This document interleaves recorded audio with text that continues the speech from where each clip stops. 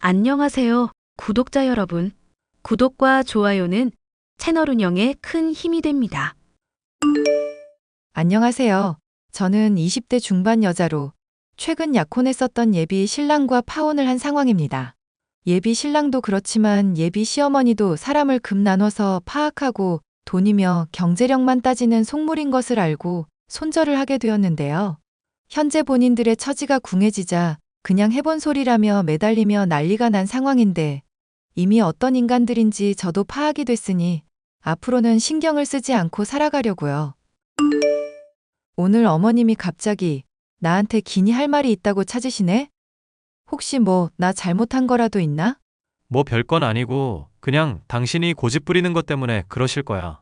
설마 우리 부모님 하시는 식당 한 달에 얼마 버는지 당신한테 말 안 한 것 때문에 그러시는 거야? 이거 당신이 궁금한 거야? 아니면 어머님이 궁금한 거야? 누가 그랬던 중요한 상황이 아니잖아. 우리 결혼까지 앞둔 마당에서 양쪽 집안에 대해서 어느 정도 파악은 하고 있어야지. 나는 우리끼리만 서로 알면 충분하다고 생각하는데? 부모님이 빚 있다고 쳐도 우리한테 물려주실 것도 아닌데 그런 게 왜 중요해? 혼수라든가 예단 같은 거 할 때 규모를 어느 정도 맞춰야 한다고 하니까 그러지. 따지고 보면 당신이 지금 1억 있다고 해도 장인어른이랑 장모님 빚이 10억이면 무슨 소용이 있겠어? 그런 거 알려고 하는 쪽이 유별난 거야. 악착같이 감추는 게 유별난 거야? 이 문제 내가 분명히 당신한테 사귀기 전부터 말을 했었잖아. 우리가 서로 좋아서 사귀는 거니까 각자 부모님의 말이며 영향 같은 건 고려하지도 말자고. 그리고 부모님이 그걸 말씀 안 하시는데 캐묻기라도 하라는 거야? 나도 당신한테 내가 오픈할 수 있는 건 다 오픈했어. 그만하자. 당신이랑 얘기하면 내가 비상식적인 사람이 되는 것 같으니까. 이제 우리 월급 버는 걸로 평생 동안 저축하면 어디까지 갚을 수 있을지, 어떤 집이 좋을지 계산 좀 하려고 했었는데 그게 그렇게까지 프라이버시 침해하는 잘못인 줄은 몰랐네. 약혼식을 할 때만 해도 각자의 경제적 상황에 대해서 그렇게까지 파고들지 않으려던 남자친구였지만 약혼을 하고 결혼식 얘기도 슬슬 나오기 시작하고부터는 사람이 달라진 것처럼 굴었는데요. 저의 재산만이 아니라 부모님의 재산도 얼마인지를 은근슬쩍 물어보고 파악할 것을 종용하니 저도 슬슬 인내심의 한계가 오던 상황이었습니다. 부모님은 제가 재산이 많고 적은 것에 따라 흔들리지 않기를 바란다고 가게를 운영하면서 매출이 좋은지, 빚이 얼마나 있는지 등의 일체를 말씀해주지 않으셨기 때문이죠. 예, 그쪽 집안이랑 약혼식이나 한 마당이라지만 이런 얘기는 좀 해야겠다. 그 시어머니 될 분이랑 사위 될 사람 솔직히 너무 유별난 거 아니니? 음식점 하는 사람이면 하루하루 매출이 다르다 정도로 말하면 되는 거고, 이렇게 말하면 굳이 파고들지 말란 말로 이해를 해야 하지 않아? 그런데 이걸 자꾸 꼬치꼬치 캐물어 따지는 저희를 모르겠구나. 내가 감추고 있으니까 정말 뭔가 있을 거라고 생각을 하나 봐.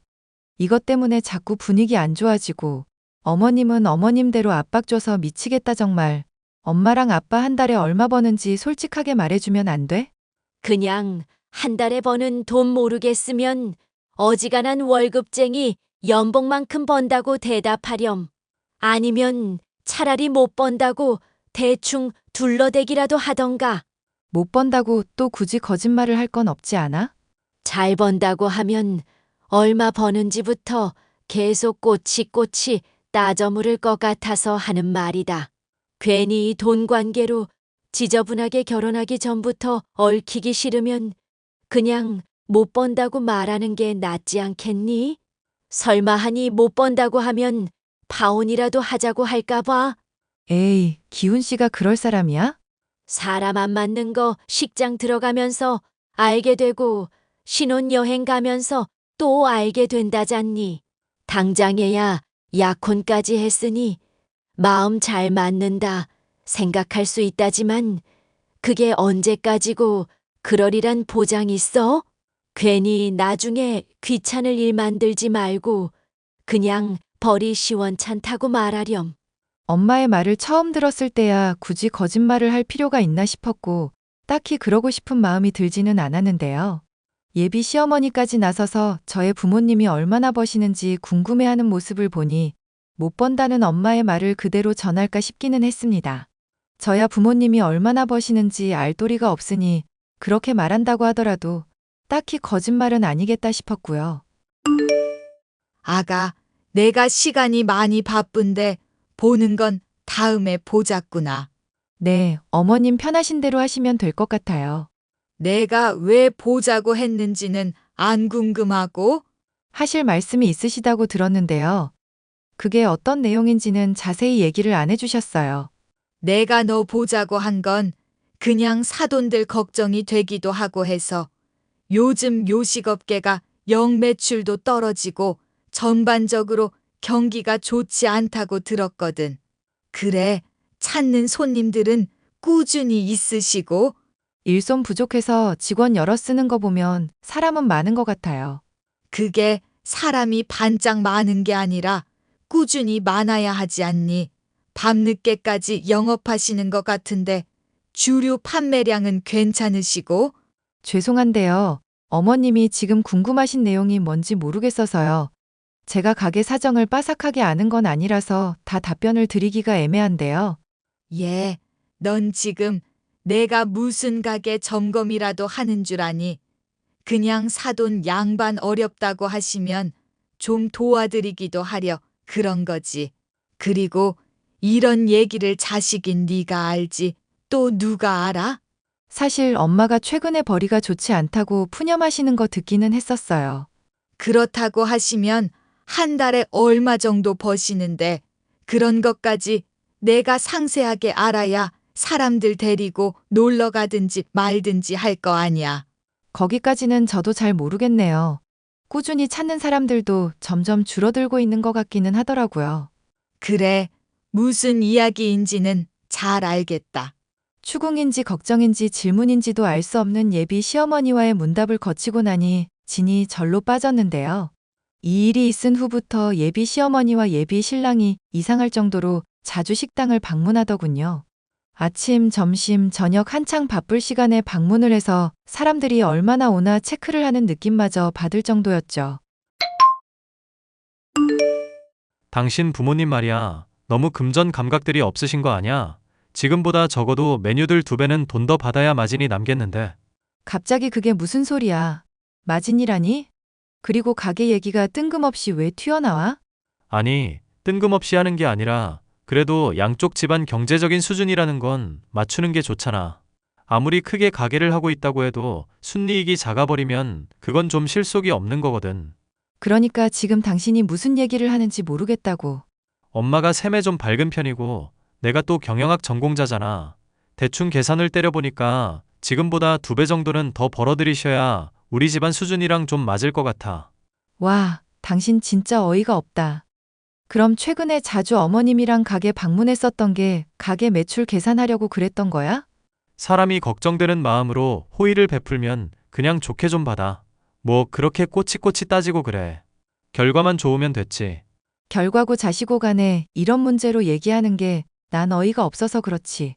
우리 부모님 나 대학 보낼 때까지 키워주시면서 돈으로 나 힘들게 하신 적 없는 분이야. 설령 그렇다고 쳐도 집안 수준을 맞춰야 한다는 게 무슨 말인지 이해가 안 간다. 당신 원래 이렇게 속물인 사람이었어? 당신 생각을 잘하고 말을 하는 게 좋을 것 같다. 예전에 나랑 마음 잘 맞고 말 잘 통한다고 했었지? 그런 것도 결국은 살면서 누린 것들이 비슷한 수준이라 그런 거야. 돈이라는 게 얼마나 중요한지 정도는 좀 새겨놔야 하는 거 아냐? 결혼할 사람 경제관념이 이 정도 수준이라면 실망스러운데. 당신이 내 경제관념 걱정 안 해도 적금 꼬박꼬박 부으면서 나는 알뜰살뜰 잘 살고 있거든. 부모님이 얼마 벌고 못 벌고 이런 문제로 얘기가 나온다는 것도 어이가 없다. 왜? 그럼 우리 부모님이 계속 못 벌고 이대로 살겠다고 하시면 파혼이라도 할 거야? 꼭 경제적인 이유만으로가 아니라 그렇게 억지 부리고 고집을 부린다면야 그럴 수도 있겠지. 당신 이런 사람인 줄 정말 몰랐다. 실망이야. 실망은 당신만 하는 게 아니야. 진지하게 하는 조언이니까 생각 고쳐먹는 게 좋을 거야. 할 말은 그게 다야? 아니, 할 말 그거 말고도 더 있는데 지금 적금 붓는다는 걸 꼴의 경제활동이라고 한 것 같은데 그것도 좀 문제 같다. 주식 같은 것도 하면서 재테크를 할 생각을 해야지. 무슨 사회초년생도 아니고 촌스럽게 적금이 뭐냐. 돈과 관련해서 온갖 지적질을 해대는 예비 신랑의 모습에 저는 경악을 금치 못했었는데요. 지인의 소개를 통해 만나서 사귀고 약혼하기까지 이러한 모습을 전혀 보지 못했기 때문이죠. 결혼할 마당이 되니 본색을 드러내나 싶어 심란하기도 하고 그냥 약혼 자체를 취소해야 하나 생각이 들 정도였습니다. 엄마, 기훈 씨가 하는 말 들어보니까 그냥 나 결혼 문제 다시 생각해야 하나 싶고 그래. 갑자기 그게 무슨 소리니 약혼식까지 한마당에 뭐가 또 그렇게 심사 뒤틀릴 일이 있어서? 아니, 기훈 씨가 엄마랑 아빠 가게 일매출이 얼마인지 체크하러 갔었다잖아, 어머님이랑. 그것도 모자라서 메뉴 가격을 2배는 올려야 뭐 마진이 남을 거라느니 뭐라느니 헛소리도 하고. 나 참, 박서방, 아니, 그 자식이 정말 그런 얘기를 하든 매일 온다고 서비스 주고 챙겨줬더니 그런 꿍꿍이가 있는 줄 몰랐구나. 이 망할 인간들을 진짜. 궁금해서 묻는 건데 그래도 그 사람이 나름 계산을 해본 거라니까 묻는 거야. 정말로 엄마랑 아빠 가게 매출이 걱정되고 그럴 정도인 거야? 다른 음식점보다 메뉴 가격이 싸기도 하니까 나도 걱정이 돼서. 너 괜히 허파에 바람 들어가고 용돈 많이 달라 할까봐 말은 안 했었던 일이다만 말을 해야겠구나. 사실 네 아빠랑 하는 가게 벌이는 나름 괜찮은 편이다. 그 속물 모자가 생각하는 계산이랑은 안 맞을걸? 물론 그 사람들이 하루 종일 보고 있었던 건 아니긴 하지. 근데 나름대로 계산 정확하게 한 것 같은데. 아마 건물 임대료까지 같이 계산을 했겠지. 그런데 가게 있는 건물이 네 아빠 거라서 임대료는 굳이 계산을 안 해도 된다. 뭐야? 그럼 우리 집 부자였었던 거야? 왜 그동안 나한테는 제대로 말을 안 했어? 애초에 부자라고 할 정도로 버는 건 아니고 너한테는 식당 우리 거라고 말했잖니. 건물이라고 있다 해봐야 식당 있는 게 다인데 그게 그거라 말 안 했다. 그 모자는 좀 생각이 다른 것 같다만 엄마는 내가 파혼하는 거 어떻게 생각해? 너가 좋고 감당할 자신 있으면 결혼하는 거지. 엄마가 반대한다고 그게 말려질 일이니? 솔직히 말해서 결혼하기 전에는 돈 연연하지 않는 것처럼 굴었었잖아. 그런데 결혼할 마당 되니까 갑자기 이래서 나도 좀 많이 실망이거든. 벌써부터 이렇게 계산기 두드리는데 앞으로는 더 심해지겠다 싶기도 하고. 그런 걱정이 되면 애시당초 결혼은 안 하는 게 맞다. 나도 네가 그렇게 말해줘서 고맙기까지 하구나. 저는 엄마와 대화하면서도 예비 신랑과 예비 시모가 철저하게 계산을 했을지가 계속 떠올랐습니다. 겉으론 고상한 척 돈에 연연하지 않는 것처럼 굴더니 남을 걱정하는 척 호의를 베푸는 척 계산기를 두드려대는 모습을 보니 앞으로는 얼마나 더 심해질까 걱정까지 되더군요. 이런 대화가 있은 지 얼마 되지 않아 저는 예비 신랑에게서 또다시 황당한 얘기를 들을 수 있었는데요. 자신이 추천하는 주식에 투자하면 몇 배나 되는 수익을 거둘 수 있으니 대출이건 퇴직을 하건 자금을 최대한 장만하라는 얘기였죠. 나는 관심 없으니까 투자하려거든. 당신 혼자서 해. 와, 당신 이렇게 일생일대의 기회를 차버릴 거야? 내가 이거 어떻게 얻은 고급 정보인데. 그러니까 고급 정보고 뭐고 잘 모르니까 안 하겠다고. 나는 그냥 월급 꼬박 받으면서 받는 돈으로 만족할 수 있는 사람이야. 그러니까 당신이 평생 서민에서 못 벗어나는 거야. 됐다. 신분 상승할 수 있는 기회를 본인이 걷어차겠다는데 내가 뭐 어쩌겠냐. 뭐? 신분 상승할 기회를 걷어차? 그럼 내가 뭐 지금 노비 신분이라도 된다는 거야? 그냥 그런 맥락인가 보다 하고 이해하면 됐지. 뭘 또 따지고 들어? 막말로 내가 틀린 말한 건 또 없잖아. 현대사회에서 경제적인 차이로 수저 나뉘는 건 알고 있지? 아, 당신이 그래서 나보다 수저가 더 낫다 이 말이네? 미안하다만 우리 부모님도 벌만큼 버시거든요? 저번에도 말했지만 덩치가 크다고 전부가 아니야. 순이익이 얼마나 되는지가 중요한 거지. 이건 뭐 몰라도 너무 모르니까 설명하기도 힘드네. 결혼식 얘기 나오기 시작하니까 왜 이렇게 돈 얘기가 많아져? 됐으니까 이 문제로 더 말하지 마. 나 정말 짜증나려고 그래. 예비 신랑과의 말다툼을 끝낸 지 얼마 되지 않아 지긋지긋한 예비 시모로부터도 연락이 오더군요. 나다. 예비 시엠이. 우리 집 며느리는 아무나 못 드리는 거 알고 있지. 내가 아무리 생각을 해봐도 너가 그런 자격이 있는지 모르겠구나. 죄송하지만 어머님이 하고 싶으신 말씀이 뭔지 모르겠어요. 그러니까 이 집안에 어울리는 사람이라는 걸 너가 좀 증명해 줬으면 싶다는 말이잖니. 그리 어려울 건 없다. 네가 기훈이한테 큰 소리 친 거의 절반만 하면 되니까. 아, 제가 기훈 씨한테 부모님 형편 어렵지 않다고 했었던 얘기 말씀이신가 보네요. 내 말 아직 안 끝났다. 듣기부터 하거라. 우선은 한 달에 한 번씩 가족 해외여행 보내주고 용돈은 달에 200씩 줘야 한다. 피부과는 주에 한 번씩 정도면 충분하겠구나. 가능하겠니? 이 정도 가능하면 결혼 허락하마. 아니요, 불가능할 것 같으니까 댁 아들한테는 파혼하자고 전해주세요. 뭐, 댁아들, 너 지금 맛이 갔어. 어디 감히 어른한테 말버릇이 그따위야. 그러는 당신들은 어디 나한테 태도가 이따위신데요? 모자가 쌍으로 돈 가지고 헛소리 해대는 거 더 듣는 것도 짜증나거든요. 보아하니 시험이니 자격증명이니 뭐니 하면서 저한테 아쉬운 소리 하고 싶게 만들 생각인가 본데 전 그럴 맘 없어요. 그러니까 댁 아들한테 파혼이라고 전해나 달라고요. 착각하지 마라. 너가 파혼이니 뭐니 결정하는 게 아니니까 돈 없고 찌질한 네 가족 꼴을 앞으로 감당할 자신이 없어서 우리 집안이 결정하는 거야.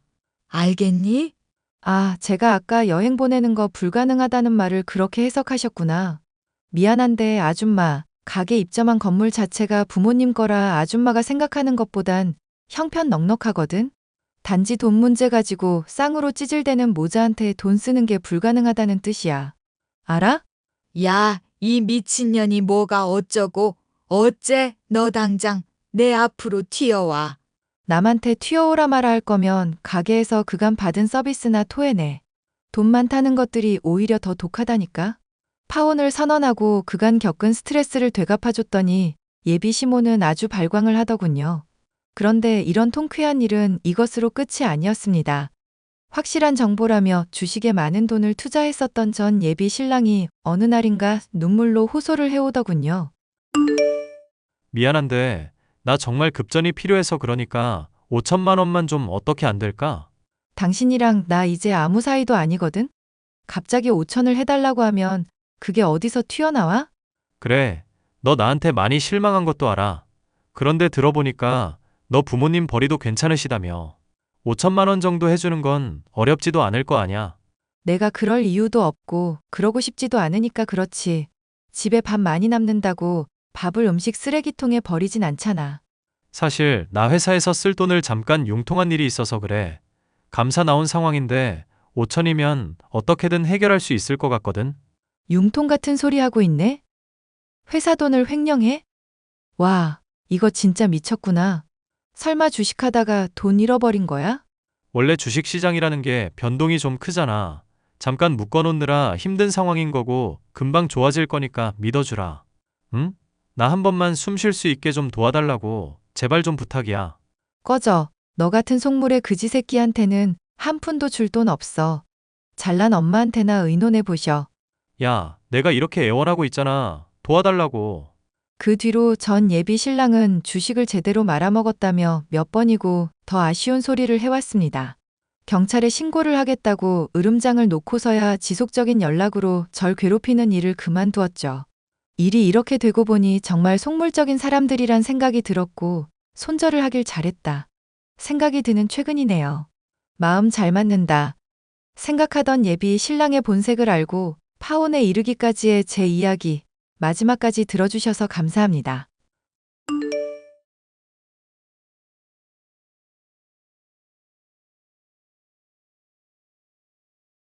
안녕하세요. 저는 딸 하나를 키우고 있는 30대 여성입니다.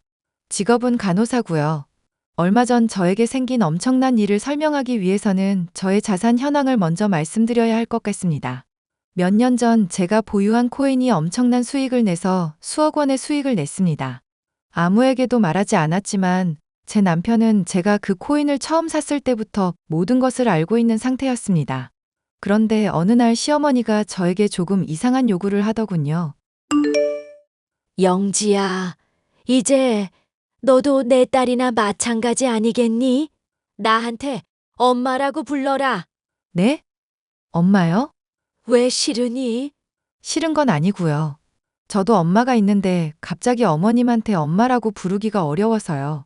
이대로 어머님이라고 부르면 안 될까요? 어렵게 생각할 것 없단다. 나는 딸도 없고 아들만 하나잖니. 그래서 항상 외로웠단다. 그래서 며느리인 널 딸처럼 생각하기로 했어. 요즘 영진이가 얼마나 예뻐 보이는지. 내 배로 나왔어도 이만큼 이쁠 순 없을 거야. 감사합니다, 어머님. 댁 어머님 아니고 엄마. 자, 엄마라고 불러봐. 엄마요? 정말 어려운데요. 좀 내키지가 않아요. 그래. 하지만 천천히 적응되겠지. 우리 사랑하는 딸 영지야. 내가 널 얼마나 아끼고 귀하게 여기는지 알지? 네네. 그럼 우리 오늘부터 엄마랑 딸이 된 기념으로 서로 사랑한다는 말 한마디씩 하자꾸나. 사랑한다. 우리 딸. 사랑합니다. 요즘에는 시댁 부모님과 친부모처럼 친근하게 지내는 며느리들도 있다고는 들었는데요. 저는 그러지 못했고 그러고 싶지도 않았습니다. 저희 시어머니는 어딘가 모르게 불편한 느낌이 있었거든요. 그런데 시어머니는 저에게 계속 본인을 엄마라고 지칭하며 자신에게 친부모처럼 대해줄 것을 요구했습니다. 영지야, 엄마 내일 동창회 가는데 말이야. 엄마, 입을 옷이 없네. 제가 저번에 백화점 가서 옷 사드렸잖아요. 그거 입으시면 안 돼요?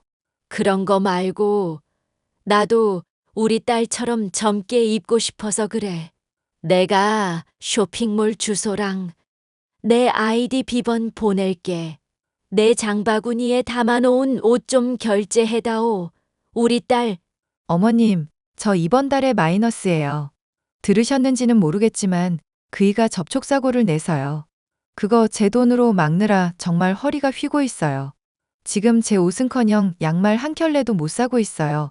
죄송해요. 너는 딸이 되어서 엄마가 거지같이 살면 만족하니? 엄마가 거지면 딸도 거지인 거야. 너는 엄마가 길바닥 거지처럼 살아도 좋아. 어머님, 그런 뜻이 아니라요. 엄마라고 부르라니깐. 우리 딸이 나한테 이렇게까지 벽치는 거 엄마는 너무 슬퍼. 엄마랑 딸 사이에 그런 법은 없는 거야. 우리 서로 사랑하며 살아도 모자랄 시기에 어머님이라니. 그렇게 슬픈 말은 하지 말아줘. 저 정말로 이번 달은 어려워서 그래요. 옷은 다음 달에 결제해 드릴게요. 내가 우리 동규한테 다 들었다. 우리 딸 아주 부자라면서 코인으로 대박났다며? 어머님이 그걸 어떻게 아세요? 제가 동규 씨한테 아무한테도 말하지 말라고 신신당부했는데요. 엄마랑 딸 사이에 비밀이 어딨니? 엄마는 우리 딸이랑 일심동체가 되고 싶단다. 우리 사이에 비밀 같은 건 있어서는 안 돼.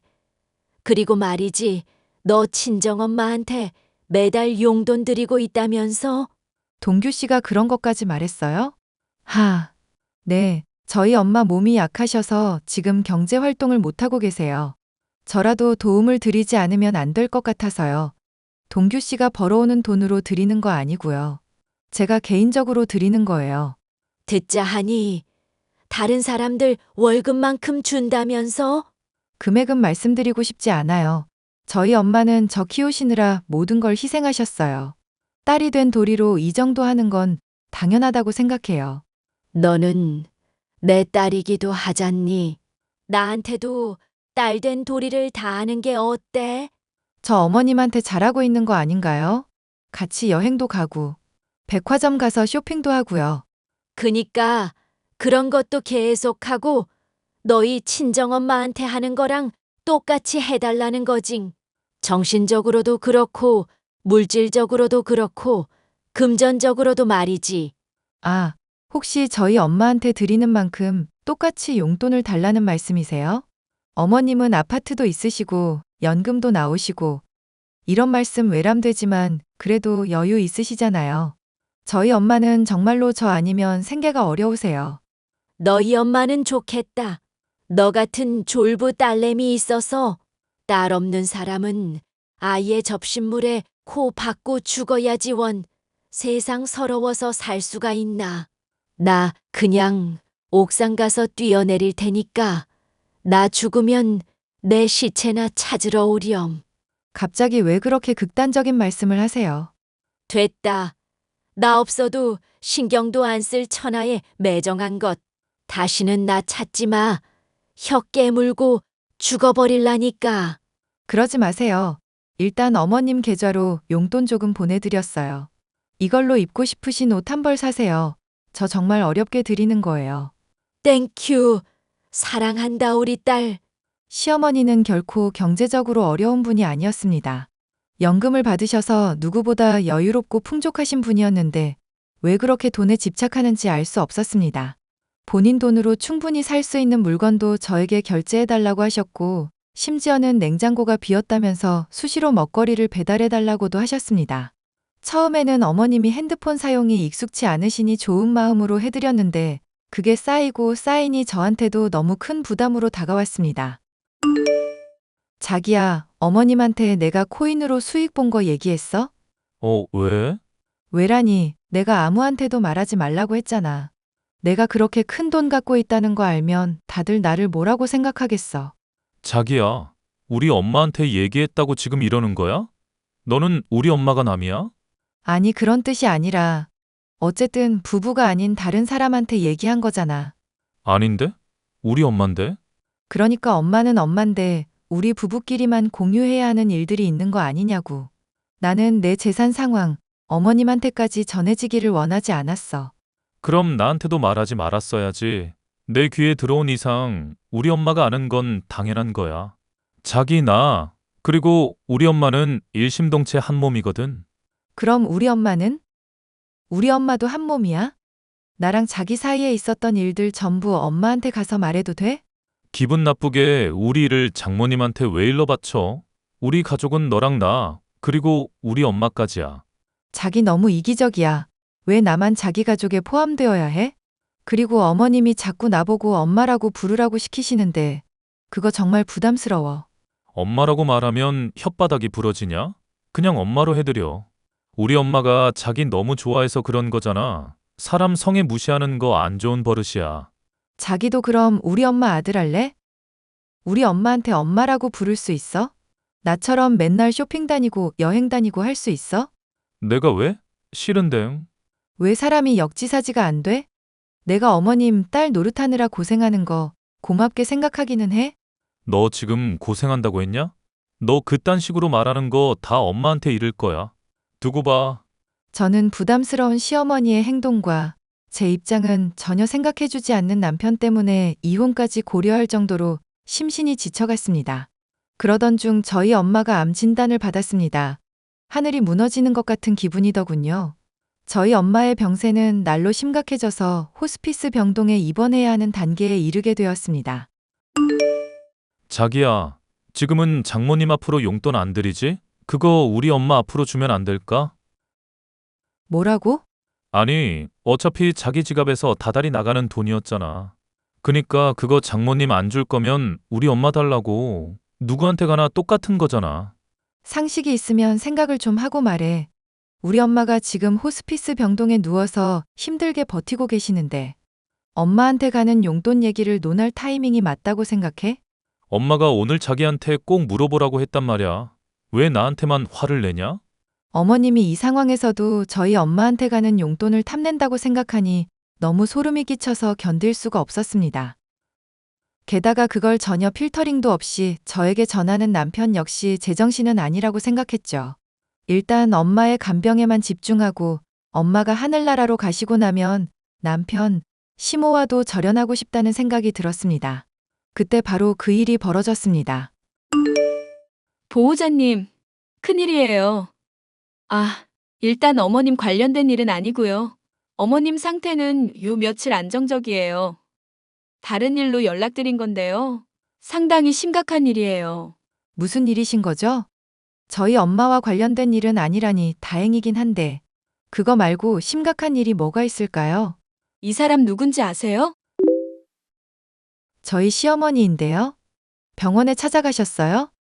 병문안 다니는 그런 분이 아닌데요. 시어머니라니 더 미칠 것 같네요.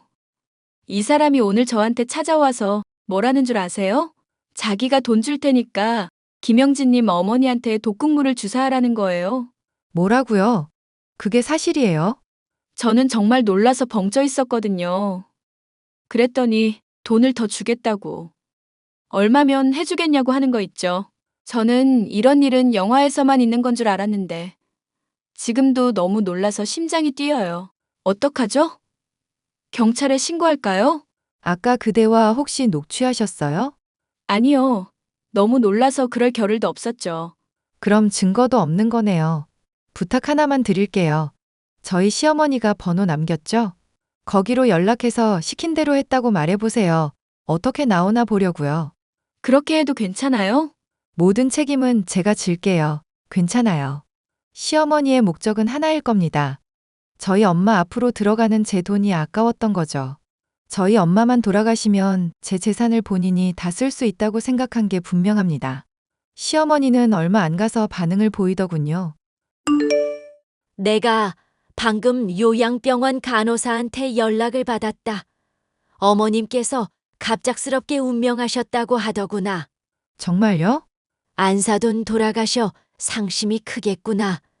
그렇지만 어쩌겠니, 산 사람은 살아야겠지. 내가 딸처럼 보듬어 줄 테니 엄마처럼 대하거라. 이번 달부터 네 엄마한테 주던 용돈 입금하고. 진짜 걔 미친년이네. 뭐? 나 당신이 한 짓을 전부 다 알고 있어. 당신이 요양병원 간호사 시켜서 우리 엄마한테 독극물 주사하라고 했다며? 너 도대체 어떻게 나한테 그런 무서운 말을 할 수가 있니? 내가 그런 짓을 왜 해? 내가 우리 엄마한테 드리는 용돈이 탐난 거잖아요. 당신이 우리 엄마한테 하려고 했던 짓, 요양병원 간호사한테 전부 다 들었어. 그 간호사한테 내가 일부러 시킨 거예요. 시킨 대로 독극물 주사했다고 말하라고. 그러니까 당신은 내가 친함정이 걸려든 거라는 소리야. 뭐야? 그럼 니네 엄마가 아직 안 죽었다고? 아이씨, 니네 엄마는 왜 이렇게 명줄이기니? 암 걸린 지가 언젠데 왜 아직도 죽지를 않아? 이제 본성을 드러내시는군. 그래, 내가 시켰다. 어쩔래? 어차피 죽을 사람 편하게 죽게 해주는 게 뭐가 나빠? 유럽에서는 일부러 돈 주고 안락사도 한다는데 내가 공짜로 니네 엄마 안락사 시켜주려고 한 거야. 야, 이 미친 인간아. 우리 엄마만 없어지면 당신이 진짜 내 엄마라도 될 줄 알았어? 꿈 깨. 당신은 내 엄마 자격도 없을 뿐더러 아예 인간 실격이야. 남은 여생은 아주 비참하게 보내도록 기원할게. 저는 모든 증거를 모아 경찰서에 고소를 했고 그 과정에서 저희 남편과 시어머니가 나눈 대화본까지 입수할 수 있었습니다. 시어머니의 단독 행동이 아니라 남편까지 연루되어 있다는 사실에 뒷목을 잡았습니다. 이 도라이야, 이혼해. 너네 모자는 완전히 소시오패스 사이코패스야. 자기야, 나 한 번만 봐주라. 일단 나는 엄마가 시키는 대로 한 거야. 엄마가 다 계획한 거고 나는 따라간 것뿐이란 말이야. 나는 고소하지 말아주라. 응? 그걸 내가 믿을 거라고 생각하냐? 너도 너네 엄마랑 똑같은 인간이야. 콩밥이나 처먹어라, 이 모자란 인간아. 저는 남편과 시모를 살인교사 혐의로 고소했고 아직도 재판은 진행 중입니다. 남편과는 바로 이혼했고 아이는 제가 데려오게 되었습니다. 알고 보니 시모는 빚이 어마어마했습니다. 본인의 사치를 감당하지 못해 백화점에서 할부로 신용카드를 긁어대며 생활하고 있었던 것입니다. 그 빚을 갚기 위해 저희 엄마의 목숨을 빼앗고 제 재산을 가로채려 했다는 게 너무 어이가 없을 뿐입니다. 설령 저희 엄마가 하늘나라로 떠난다고 할지라도 저는 절대 시모에게 용돈을 주거나 큰 돈을 쥐어줄 생각이 없었기 때문입니다. 제가 겪은 일들을 이렇게 털어놓고 나니 속이 후련하네요. 긴 사연 들어주셔서 정말 감사드립니다.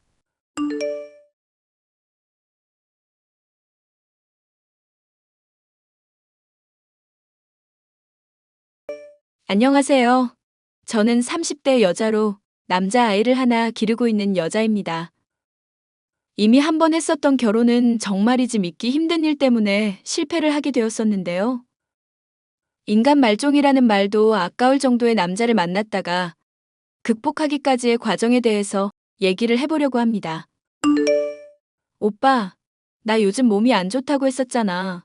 병원 가서 확인해보니까 임신 한 달이라는데 이제 우리 어떡하지? 어떡하긴 내가 설마 애라도 지우라고 할 줄 알았어? 너랑 나 사이에 태어난 생명인데 당연히 책임져야지. 설마 그럼 나랑 결혼할 거라는 얘기야?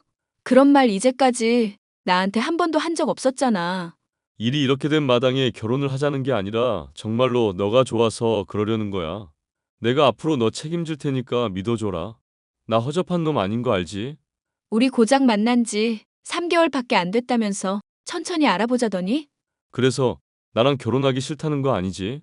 빌딩만 2개인 건물주랑 결혼하는 마당인데 뭐 그리 걱정이실까? 나랑 결혼만 하면 당신은 그냥 편하게 인생 즐기기만 하면 돼. 채팅 어플을 통해 만나게 된 남자는 저와 천천히 알아가는 시간을 갖자고 말을 했었지만 사귀는 도중 아이가 들어서게 됐고 급하게 결혼까지 하게 됐는데요. 저와 결혼한 남편은 보육원 출신으로 일가 친척이 하나도 없다고 해서 결혼식은 조촐하게 치르기로 했었죠. 남편은 건물주라 그런지 딱히 일하는 모습도 없이 돈을 꼬박꼬박 잘 갖다 주는 사람이었습니다. 그런 남편이 변하기 시작한 것은 결혼을 한 지 5년이 다 되었을 시점부터였는데요. 나 앞으로 당분간은 당신한테 생활비 못 줄 것 같으니까 그렇게 알아. 이렇게 갑작스럽게 오빠 돈 많이 번다면서 아니, 그래도 건물 살 때 대출받은 돈도 상환을 해야 하는 상황이니까 그러지. 그리고 임대준 건물의 사장들이 제깍제깍 돈을 안 주기도 하고. 그런 거라면 내가 좀 따져줄까? 삼촌이 변호사 하셔서 나도 나름대로 법에 대해서 잘 알고 있는데 뭐 그런 분까지 나설 만한 일은 아니고 너가 변호사인 것도 아니잖아. 내가 알아서 좋게 좋게 해결을 해볼게. 어쨌거나 생활비 주는 건 좀 문제가 있을 거니까 적어도 3달, 아니 2달만 좀 참아봐. 2달씩이나? 그동안 우리 애기랑 오빠랑 생활은 어떻게 하라고? 저금해놓은 돈이 괜히 있는 거 아니잖아. 이럴 때 쓰라고 있는 거지, 안 그래? 남편이 주는 생활비를 가지고 아이를 기르며 무던하게 지내던 삶은 그날로부터 치열해지기 시작했죠. 저는 직접 일을 해야만 했고 생활비를 주겠다는 남편은 이런저런 핑계를 대면서 저와의 대화를 피하기 시작했습니다. 오빠 요즘 왜 이러는 거야? 혹시 다른 여자라도 생겼어? 너야말로 나한테 왜 이러는 건데? 돈이 그렇게 필요하면 나가서 벌면 되는 거잖아. 남편이 요즘 자금 쪼달린다고 하는데 그걸 못 참고 그렇게 보채냐? 내가 이유 없이 보채는 거 아니잖아. 애 기르는 것도 나 혼자 하고 있고 일까지 나가야 하는 상황이라 엄마한테 매번 아쉬운 소리 해야 하거든? 그런데 건물주라는 남편이 생활비도 안 갖다 주고 집에도 잘 안 들어오니까 나로선 의심할 수밖에 없지. 그렇게 의심한다는 것 자체가 너가 더러운 여자라는 증거인 거 모르냐? 뭐? 오빠 지금 나보고 더러운 여자라고 그런 거야?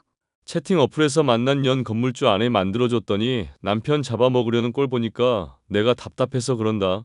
내 나름대로 고충이 있고 힘든 일이 있는데 너가 자꾸 이러면 나도 같이 못 살아. 같이 못 산다면 이혼이라도 하겠다 이거야? 우리 종우랑 나 버리겠다고? 어차피 우리 혼인신고도 안 한 상황인 거 알지? 이혼한다고 쳐도 내가 너한테 재산 떼어줄 의무도 없다 이거야. 와, 오빠 진짜 말 나쁘게 한다. 내가 재산 때문에 지금 이러는 거야? 가장으로서 최소한의 책임을 지라 이거잖아.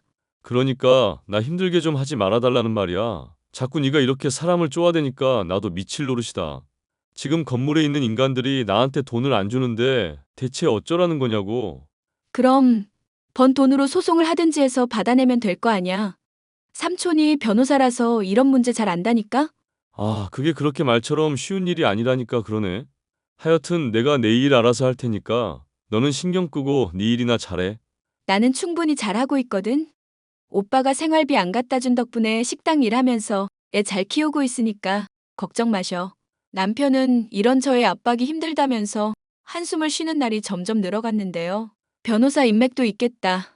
남편이 잘못한 것도 없는데 왜 이렇게까지 해야 하나 저로서는 이해할 수가 없는 일투성이었죠.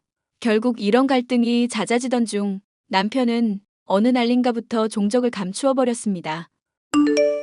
엄마, 나 어떡하면 좋아? 그이가 연락도 안 되고 갑자기 사라져 버렸어.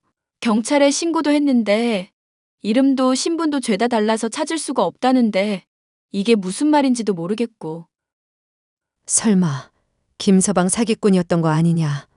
어쩐지 결혼식 때 아무도 안 찾아오고 친구 없다고 할 때부터 내가 알아봤다. 그럼 설마 건물주라는 것도 다 거짓부렁이었던 거야. 아니, 나 분명 그이가 건물에 들어가면서 임차인들한테 인사하고 서로 아는 사이인 거 봤었는데? 아는 척이야 뭐. 떡만 돌려도 할 수 있는 거고. 명확하게 김서방의 건물이다 아니다. 그렇게 드러난 일이 없잖니. 하여튼 이 일 아빠 곧 알게 될 텐데 큰일이다 큰일. 지금 아빠가 알게 된다 아니다가 중요해? 나 머리가 터질 것 같고 온갖 상상이 다 들어서 미칠 것 같은데? 나도 답답해서 그러지 이거사. 하여튼 간에 나도 백방으로 알아볼 테니까 너 일단 친정으로 오기나 해라. 대충 너랑 김서방이랑 부부 싸움했다고 둘러대고 몇 주 정도는 네 아빠 모르게 해볼 테니까. 애는 나한테 맡겨두고 김서방 어디 갔는지 뭐 하는 인간인지 꼭 알아내라. 알겠니? 남편이 갑자기 사라지게 되자 물어볼 사람도 없고 경찰도 모른다고 하니 막막하기만 하던 상황이었죠. 정신이 없던 상황이었지만 엄마의 말처럼 남편을 찾아내는 것만이 제가 할 수 있는 유일한 행동이라는 생각에 백방으로 수소문을 하고 다녔습니다. 그렇게 몇 주가량을 미친 사람처럼 남편이 소유로 두고 있던 건물이며 부동산 업자며 여기저기를 쏘다니다 보니 어떤 여자로부터 연락을 받을 수가 있었는데요. 야, 이 미친 여자야. 어디 만날 사람이 없어서 유부남을 만나? 너 내가 가만히 안 둘 거야. 상간녀로 고소할 거라고. 죄송하지만 지금 무슨 말씀을 하시는지 하나도 모르겠는데요. 저는 김우일이라는 사람 아내고 실종된 남편 찾고 있는 중입니다. 우일이 아니라 김희루겠지. 너 지금 대체 나랑 뭐 하자는 거니? 대체 무슨 꿍꿍이로 내 건물을 쑤시고 다니면서 내 남편을 캐고 있는 거냐고. 그럼 뻔히 내 귀에 들어올 거 알고 있었을 텐데 이러는 이유가 대체 뭔지나 들어보자. 당신 남편 이름이 김희루라고요? 설마 빼빼 말라가지고 맨날 등산복만 입고 다니는 사람 맞나요? 그래, 그게 내 남편이다. 이게 대체 뭐 하자는 건지 얘기나 얼른 해보라고. 저 그 사람이랑 결혼한 지 5년 넘었는데요. 혹시 이 사람 확실히 맞는 건지 답변해 주세요. 그이가 하도 사진 찍는 거 싫어해서 가진 게 그나마 엄마가 찍어준 결혼식 사진뿐이에요. 세상에, 맙소사. 당신, 뭐하는 여자길래 유부남이랑 결혼을 했어요? 아니, 정말 5년 전에 결혼한 게 맞는 거예요? 이럴 게 아니라 차근차근 처음부터 얘기를 해보세요. 실종된 남편의 이름이 실명이 아니었다는 것 때문에 이미 넋이 나가 있었던 덕분인지 저와 결혼한 남자가 유부남이라는 사실이 그렇게 놀랍지는 않았습니다. 저희 남편, 아니 유부남임에도 총각행세를 한 인간 말종은 저와 결혼을 하기 전부터 이미 결혼을 한 상황이라는 사실을 확인하자 헛웃음만 나오더군요. 그러니까 정리를 하자면 김우일이라는 이름이 아니라 본명이 김희루라 이거네요. 건물은 본인께 아니라 채영 씨 소유의 것들이고요. 네, 제 남편이 하도 무능력한 인간이라 행세나 좀 하라고 건물주라고 말하고 다녀도 모른 척하고 있었거든요. 그런데 그걸 가지고 이 여자 저 여자 쑤시고 다니는 줄은 몰랐네요. 어이가 없어서 정말. 저도 그 인간 얼굴 좀 볼 수 있을까요? 어찌된 자초지종인지 저도 설명을 듣고 사과를 받고 향후에 어떻게 할지 논의를 해야 할 것 같아서요. 네? 논의는 무슨 논의를 하겠다는 거예요? 저는 지금 사기 당해서 결혼까지 한 상황이고 그 인간 애까지 키우고 있는 마당이에요. 보상과 관련해서 당연히 논의를 해야 하는 상황이겠죠? 와, 이 여자 이제 보니까 참 무서운 여자네. 듣자 하니 결혼식은 했어도 혼인신고는 안 했었다며? 그럼 실제 부부도 아니고 아무것도 아닌 거잖아. 그런데 보상은 무슨 보상이야? 실제 혼인은 안 했어도 오랫동안 같이 부부로 지내온 세월이 있잖아요. 그런 것도 다 사실혼이나 다름없이 인정이 될걸요. 제가 삼촌이 변호사라서 법을 그쪽보다는 잘 안답니다. 그쪽? 너 지금 그쪽이라고 했니? 반말은 하지 마시죠. 저는 처음부터 계속 존중해드리고 있는데 좀 기분이 나쁘네요. 야, 너 내가 경고하는 말 잘 들어. 지금이라도 곱게 물러나고 내 남편 안 찾는다고 약속해. 그럼 내가 인생이 불쌍해서 한 300만 원 정도는 떼줄 수 있으니까. 근데 여기서 계속 욕심낸다? 그럼 나도 더는 못 도와줘. 빈털터리에 거렁뱅이인 내 남편 가지고 소송을 하든지 말든지 마음대로 해보시라고. 보아하니 이런 식으로 다른 사람들 힘들게 한 일이 한두 번이 아닌 모양이네요. 보아하니 내 남편 얼굴 보고 어떻게든 꼬드겨 볼 생각인 것 같은데 그것도 꿈깨라 이거야. 동정에 호소하든 돌아오라고 말하든 아무것도 안 통할 거니까. 그 인간 무능력해서 내가 용돈 끊으니까 너 생활비도 못 갖다 줬던 사람이야. 왜 자꾸 집착을 하고 그래? 집착을 하는 건 제가 아니라 그쪽 같은데요. 저는 총각인 척하고 남의 인생 망가뜨린 인간한테 더는 미련 없어요. 그냥 사과를 받고 싶은 것 뿐이고 정당한 보상을 달라고 말하는 것 뿐이거든요. 감당 가능하겠니? 생활비 주는 거나 꼬박꼬박 받아쳐 먹으면서 편하게 살아온 년이 덤빌 싸움이 아닌데? 되게 망할 남편이 생활비 안 주고 뻗댈 때도 저는 나름대로 살 방법을 모색했거든요. 힘들다고 주저앉아 있는 사람은 아니니까 걱정 안 하셔도 돼요. 저는 결국 소송을 진행하게 되었습니다. 변호사인 삼촌을 통해서 관련 증거들을 수집하고 나니 재판의 결과는 저에게 유리한 상황들 뿐이었죠. 일이 이쯤 되자 한때나마 제가 남편이라 생각했던 인간이 그제서야 연락을 취해오더군요. 야, 너 대체 무슨 생각으로 이러는 건데? 정말 이런다고 너가 소송해서 떼돈이라도 만질 수 있을 것 같아? 괜히 돈 하나도 못 받고 피눈물 쏟기 전에 준다는 돈이나 합의하고 받아라 좀. 얼굴 볼 용기도 없어서 부인한테 맡기고 숨어있던 인간이 할 말이니? 됐으니까 내 앞에 와서 무릎 꿇고 사과부터 해. 그래야 내가 대때 말을 듣는 신용이라도 하지. 아니, 제발 이러지 좀 말자. 나도 물론 잘못한 거는 인정을 해. 그런데 이렇게 한몫 잡으려고 하는 건 아니지. 나는 너가 최소한의 양심은 있다고 생각했었는데 그게 아니었나 보네. 종우 아빠로서 생활비 꼬박꼬박 주면서 성실히 산다고 생각했었던 것도 그냥 부인한테 받는 용돈의 일부분일 뿐이었고. 대체 넌 뭐하는 인간이고 무슨 생각으로 살아가는지도 모르겠다. 같이 좋아서 즐겨놓고 이제 와서 내 탓하는 거야? 솔직히 너 내 덕분에 인생 편하게 살았잖아. 너랑 같이 산 5년이라는 세월 동안 집안일이며 애 돌보는 거 다 나 혼자 했어. 말 좀 험하게 해서 서운해도 내가 돈 못 번다는 이유로 참아야 했고. 그래놓고 지금 잘했다고 이러는 거야? 그래서 지금 미안하다고 하잖아. 알겠으니까 이제 제발 좀 그만하자. 부인이 이 문제 해결 못하면 나 쫓아낼 거라는데 제발 사정 좀 딱하게 여겨줘. 아빠 없이 잘할 종우 생각해서라도 나는 여기서 못 그만두겠는데? 그리고 지금 내가 그만두지 못하는 건 종우나 당신 때문만이 아니야. 같은 여자로서 받은 고통, 나 몰라라 하고 아나무인격으로 굴던 그 여자 때문이지. 둘이 싸잡아서 죄 지은 값 받는 거니까 그런 줄이나 알아. 야, 내가 이렇게 빌고 있는데 그만 좀 해라. 얼굴 보고 무릎 꿇으면 그때야 그만할래? 아니, 꼴도 보기 싫으니까 찾아올 생각하지도 마. 찾아오면 경찰에 신고할 거니까. 내 아내가 지금 이 문제로 쓰러진 상황인데도 그런 말이 나와? 병원 간 사진 보내주면 믿을래? 나보고 감당 가능하겠냐고 그러더니 본인이 오히려 더 약했네. 야, 너 진짜 나한테 이러면 안 돼. 제게 소송을 그만두라면서 종용하는 인간 말종의 모습을 보니 처음 남편이라 믿었던 인간이 실종되었을 때보다 더욱 큰 상실감을 느낄 수밖에 없었는데요. 이제는 제 마음에 남은 일말의 인정이나 동정심을 버려야겠다는 생각을 확실하게 품게 됐죠. 저는 삼촌과 함께 모은 증거들을 취합해 소송을 하게 되었고, 마침내 승소를 할 수 있었습니다. 소중한 아들 종우의 양육비는 물론 오랫동안 절 기만해온 세월에 대한 보상 역시도 충분히 받을 수가 있었죠. 예, 종우는 내가 돌봐줄 테니까 오늘 선자리 꼭 나가거라.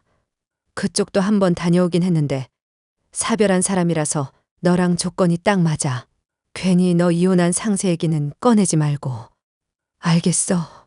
그게 또 뭐 그리 대단한 비밀이라고. 내가 알아서 할 거니까 신경 꺼. 그리고 그런 문제 정도로 접을 사람이면 인연이 아닌가 보지. 내가 답답해서 그러지 이거사. 애 키우기 충분한 돈이 있다고 세상살이가 능사가 아니야. 그래도 든든한 남편이 있어야 하는 거다. 알겠니? 잘 알겠는데 마음에 드는 사람을 만날 수 있어야지. 무엇보다 믿을 수 있는 사람인지도 파악할 수 있어야 하고. 꽝을 한번 뽑았으면 연속으로 또 뽑지는 않을 거다. 그리고 언제까지 그 인간 같지도 않은 놈 생각하면서 살 거냐? 그쪽 집안도 소송지고 나서 여자도 쓰러지고 완전 풍비박산 났다면서? 그런 얘기는 못하러 해. 하여튼 내가 내 문제 알아서 할 거니까 너무 보채지 마셔. 소송에 패배했었던 저의 전 남편은 부인에게 전에 없이 막대한 피해를 입혔는데도 여전히 정신을 못 차리고 바람을 피우고 다닌다 들었습니다. 저 같은 피해자를 무시하며 이쁘지도 않은 인간을 감싸던 여자는 막대한 재산을 잃고 현재 전 남편과 함께 월세살이를 하는 신세가 됐다는 얘기 또한 전 남편의 부인을 통해 들을 수 있었는데요. 제게 이런 얘기를 하면서 이 모든 일의 원인이 저 때문이라고 원망하는 모습을 보니 아직도 정신을 차리려면 한참은 멀었다 싶은 마음이네요. 손절해야 할 인간을 손절하지 못하고 곁에 두고 계속 고통받는 걸 보니 어찌 보면 그런 무능하고 인간 말종인 인간과 결별하게 된 지금이 행복한 건 아닐까 싶어요. 앞으로 아이를 홀로 계속 키우게 될지 다른 누군가와 결합을 하게 될지 모르겠지만 부디 전 남편과 같은 인간 말종만은 만나지 않기를 바라는 마음입니다. 사연 마지막까지 함께 해주셔서 감사합니다.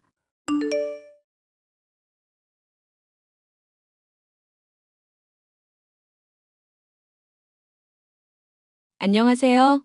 부산에서 친정 부모님과 함께 세탁소를 운영하고 있는 30대 중반 여성입니다.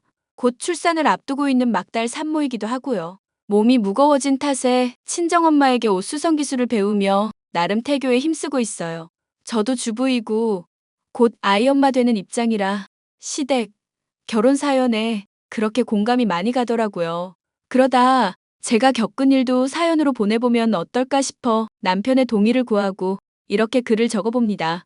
그때 제가 겪은 일을 생각하면 괜히 제가 오지랖을 부려 시동생에게 상처를 남겨준 게 아닌가 싶어 마음이 아프기도 하네요. 지금이야 몇 년의 시간이 흘러 언제 그랬냐는 듯이 다 잘 지내고 있지만 말입니다. 그럼 어떤 사연인지 궁금해하실 것 같아 바로 시작하겠습니다. 얘들아, 어떡하면 좋니? 어머니, 무슨 일 있으세요? 아주 큰일 났다. 지금 집이 다 넘어가게 생겼어. 일을 어쩜 좋니? 네? 그게 무슨 말씀이세요? 집이 넘어가게 생기다니요? 우리가 좀 더 잘 살아보겠다고 주식이랑 건물에 투자를 좀 했는데 글쎄 그 투자자랑 연락이 안 돼. 옆집 김 여사랑 같이 했는데 아무래도 사기당한 것 같다고. 아이고, 일을 어떡하면 좋니? 엄마, 지금 그게 무슨 말이야? 주식은 뭐고 투자는 뭔데? 자식들한테 좀 더 물려주겠다고 내 아버지랑 머리 싸매고 고심한 끝에 투자한 건데 그게 글쎄 사기라는구나. 노후자금이랑 가진 거 다 털었지 뭐. 내가 너희들한테 면목이 없다. 아니, 왜 그런 걸 함부로 해요? 그러니까 지금 아버지는 어디 계세요? 어머니, 일단 진정하시고요. 제가 지금 집으로 갈게요. 어디 갔는지 모르겠다. 아까부터 연락도 안 되고 어떡하면 좋니? 당장 대출금도 갚아야 하는데. 엄마, 너무 걱정하지 마요. 일단 급한 불은 꺼야지. 형이랑 일 얼른 마무리 짓고 넘어갈게. 일단 흥분부터 가라앉히고 기다려요. 형수님이 바로 가신다니까 엄마는 어디 가지 말고 집에 계셔. 아이고, 일을 어쩐다.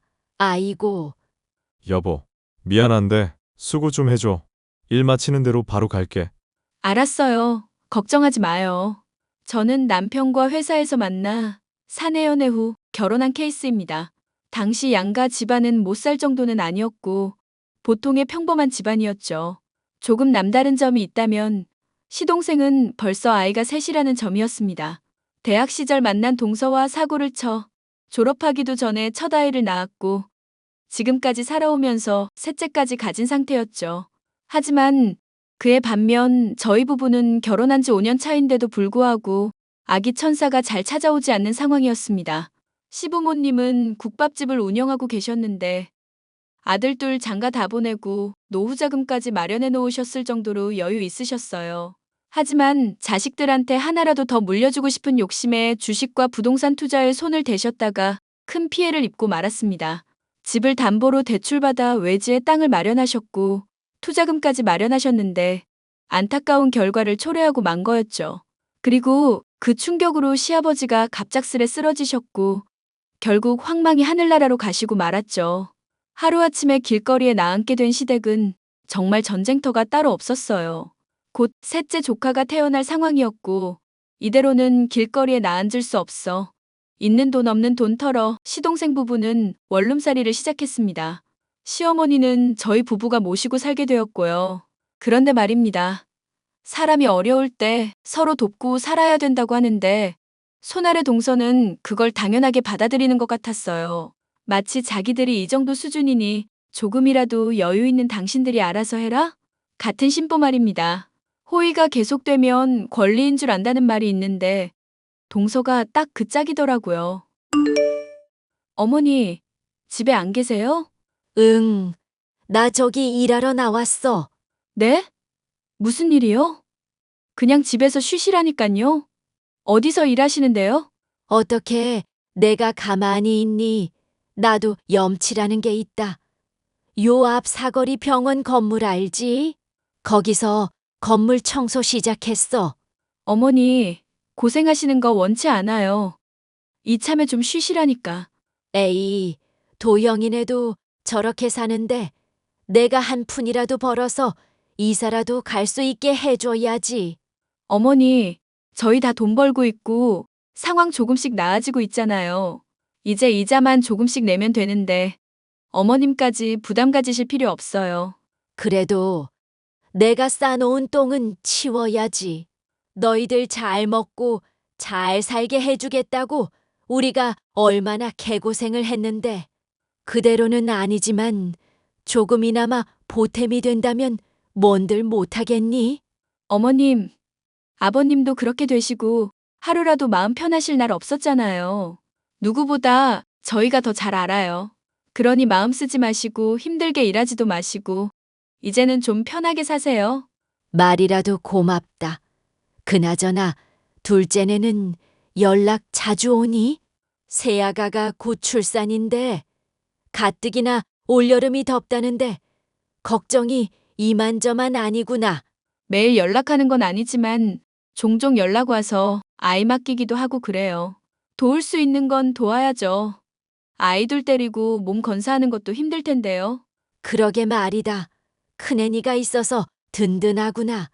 오늘은 일찍 끝나는 날이니까 내가 들어가서 빨래 좀 해놓으마. 너도 일 보고 천천히 들어오렴. 아이들 데리고 원룸살이를 한다는 게 쉬운 일이 아니라는 건 잘 알고 있었고 모두가 안타까워하는 그런 상황이었습니다.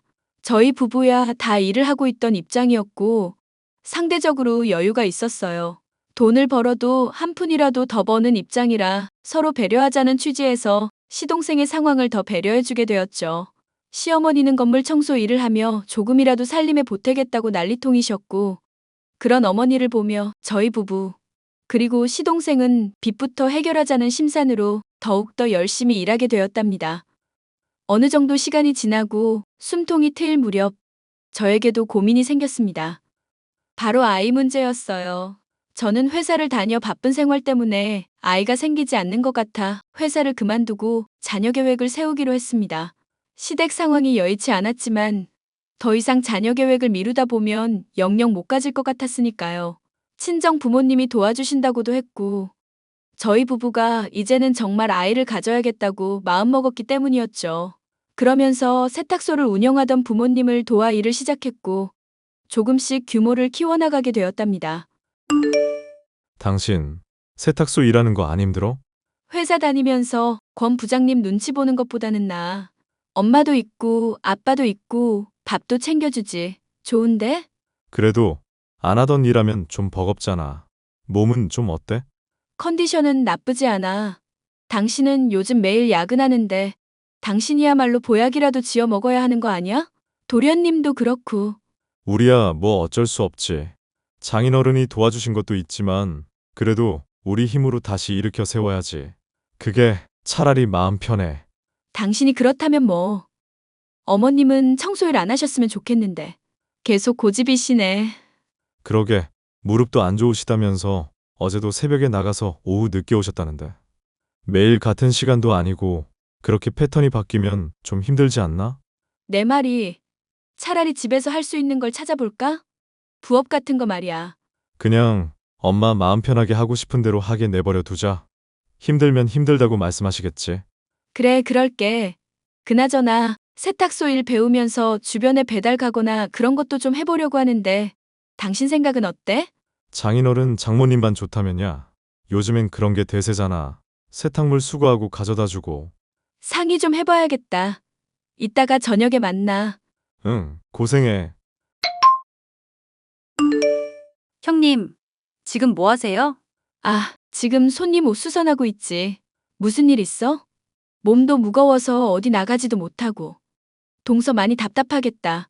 그러게 말이에요. 날이 갈수록 배는 더 불러오고. 외출해 본 지가 언젠지. 답답해서 어떡하노.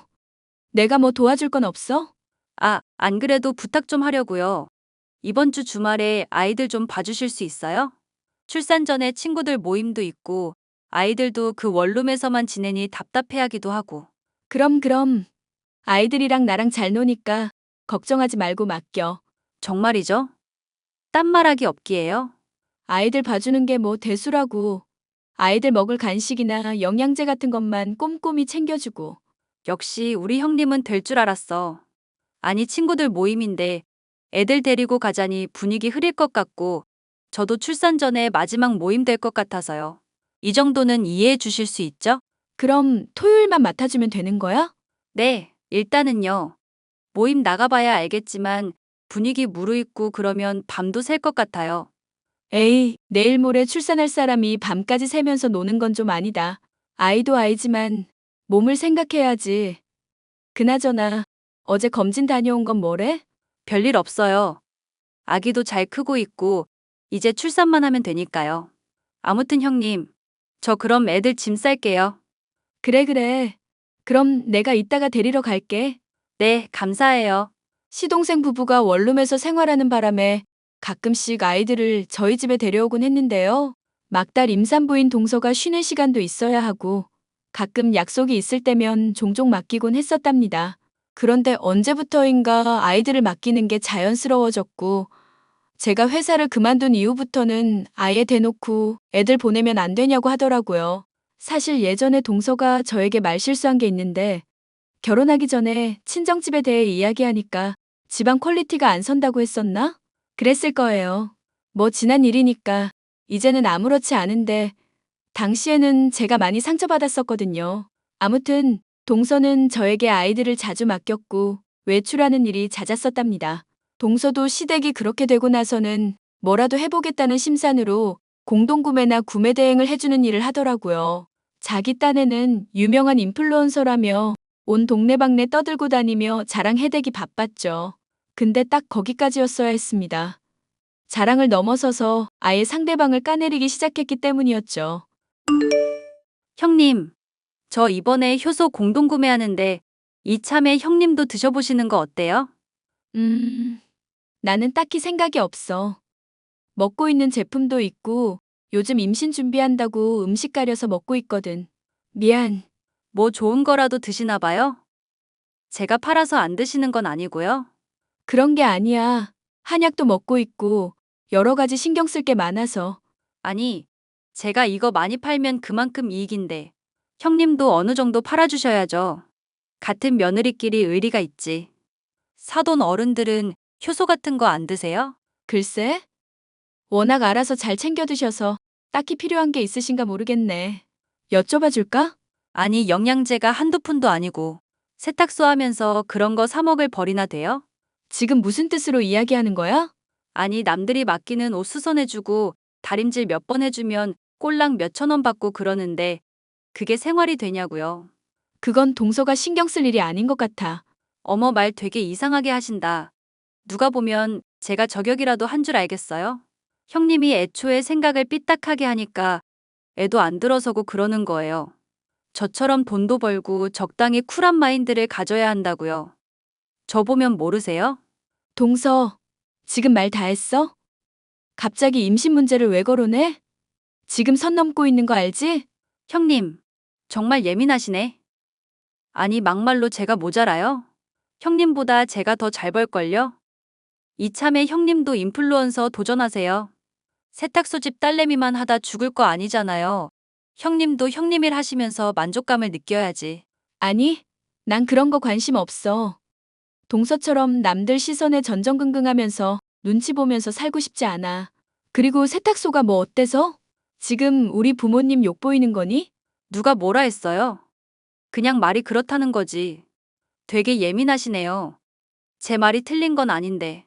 나 동서랑 더 이상은 말 못하겠다. 나중에 연락해. 저는 자꾸 제게 시비 거는 동서에게 참교육을 시켜주기로 했어요. 시어머니와 남편, 시동생은 동서가 저한테 이런 행동을 하는 것을 모르고 있었고, 제가 할 말이 많아질 때까지 일단 참고 지내기로 했습니다. 때를 기다리고자 함이었어요. 이 정도까지 해야 할 일인가 싶었지만, 저는 진정한 참교육을 위해 흥신소 직원을 고용했고, 동서의 뒷조사를 했습니다. 며칠 뒤 흥신소 직원으로부터 연락을 받았고, 퀵으로 서류 뭉치들을 받았죠. 흥신소 직원이 동서에 대해 조사한 내용이었고, 그 서류를 보자마자 저는 기겁하고 말았습니다. 드라마에서 보던 일이 현실에서 벌어지고 말았거든요. 알고 보니 동서에게 내연남이 있었고, 동서가 낳은 둘째, 셋째는 내연남의 아이였습니다. 내연남과는 결혼 전부터 왕래가 있던 사이였고, 술집에서 만난 것 같더라고요. 당시 시댁 형편이 여유 있을 때라 돈이 많아 보이던 시동생에게 의도적으로 접근한 거였습니다. 그뿐만이 아니었어요. 인플루언서다 뭐다 하면서 광고나 협찬을 빌미로 뒷돈도 챙겨 먹고 있었더라고요. 물론 지금까지 쭉 내연남을 만나오고 있었고요. 저는 이 기막힌 사실을 어떻게 해야 하나 며칠을 혼자 끙끙 앓았습니다. 저희 집 이사를 앞두고 있기도 했고, 일단 이사를 끝내고 나서 어떻게 말할지 생각해 보기로 했죠. 형님, 신혼집이 넓네요. 이번에 이사하신 집 방도 넓던데. 우리 집이 좀 좁아서 그런데 둘째랑 셋째 그 집으로 보낼게요. 첫째는 그이가 봐주기로 했고 저 친구들이랑 해외여행 좀 다녀오려고요. 당분간 부탁 좀 드릴게요. 어머니도 계시니까 힘든 건 없겠지. 불임인데 언제 애 키워보겠어. 아주 혼자 북치고 장구치고 다 하네. 내가 못 봐주겠다고 하면? 어머님도 일하시고 안 된다고 하면 어쩔 건데? 네? 그게 무슨 말씀이세요? 지금 우리 애들 나 몰라라 하겠다고요? 말은 똑바로 해야지. 우리 애들이라니? 누가 우리 애들이야? 형님 왜 그러세요? 그럼 우리 애들이 아니란 소리세요? 형님 불임이더니 자궁이 고장난 게 아니라 뇌가 고장나셨네. 지금 무슨 말 하는지는 알고나 짓거리는 거야? 내가 모르고 하는 소린 줄 알지? 첫째는 도련님 애인 거 확인했고, 둘째, 셋째는 아닌 것 같던데? 네? 그게 무슨 말이에요? 말이 되는 소리를 하라고요. 정신 나간 소리하고 앉아있어. 맞네. 첫째는 도련님 애인가 보네. 그나마 다행이다.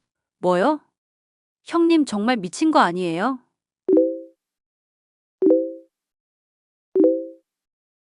이거 보고도 그런 소리 할 수 있나 보자. 내가 모르고 하는 소리 아니라고 했을 텐데? 아, 이게 뭐야?